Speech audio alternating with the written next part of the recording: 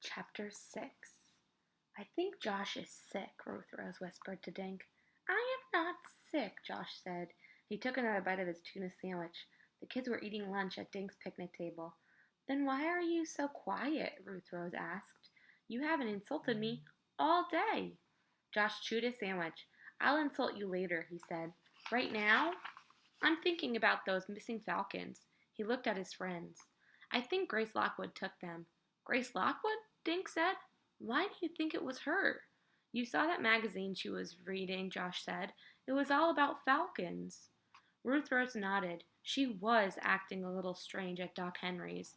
"Yeah, and remember how she looked at us at Ellie's?" Josh said. "She was staring right at me." "Staring at you?" Dink said. "Josh, she stared at us because we were staring at her." Josh snitched one of Ruth Rose's carrot sticks.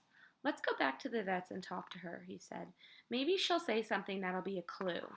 Dink got up to go. "Okay, but I think you're wrong, Josh. Just because Grace Lockwood reads magazines about falcons doesn't mean she goes around robbing nests." At the vet's, the kids peered through the window at Grace Lockwood. "Look," Josh whispered. "She's wearing long leather gloves. Falconers wear gloves like that."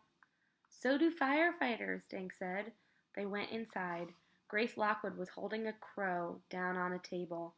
The bird had plastic wrapped around its leg and neck. She looked up. "Yes?" she asked.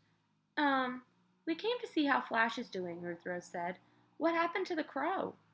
Grace shook her head. "Plastic six-pack holders." The kids watched as Grace carefully snipped the plastic with scissors. The crow bit her glove several times. Dink shuddered. That beak looked sharp. When the crow was untangled, Grace moved toward the rear of the building. "Will one of you get the door for me?"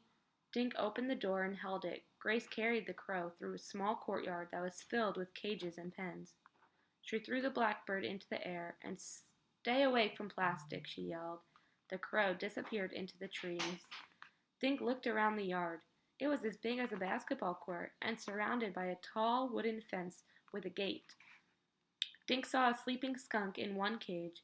Other cages held raccoons and rabbits. He saw a few snakes and a lot of birds.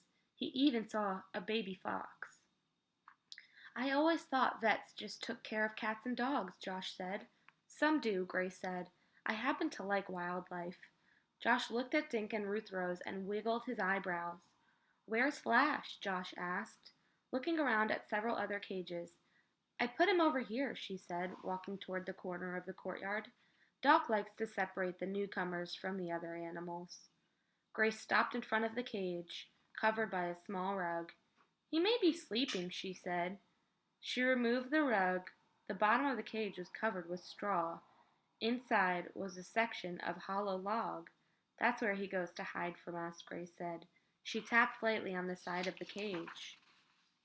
"That's strange," she said, opening the cage door. She jiggled the log, then peered inside. "What's the matter?" Ruth Rose asked. "He's gone," Grace said.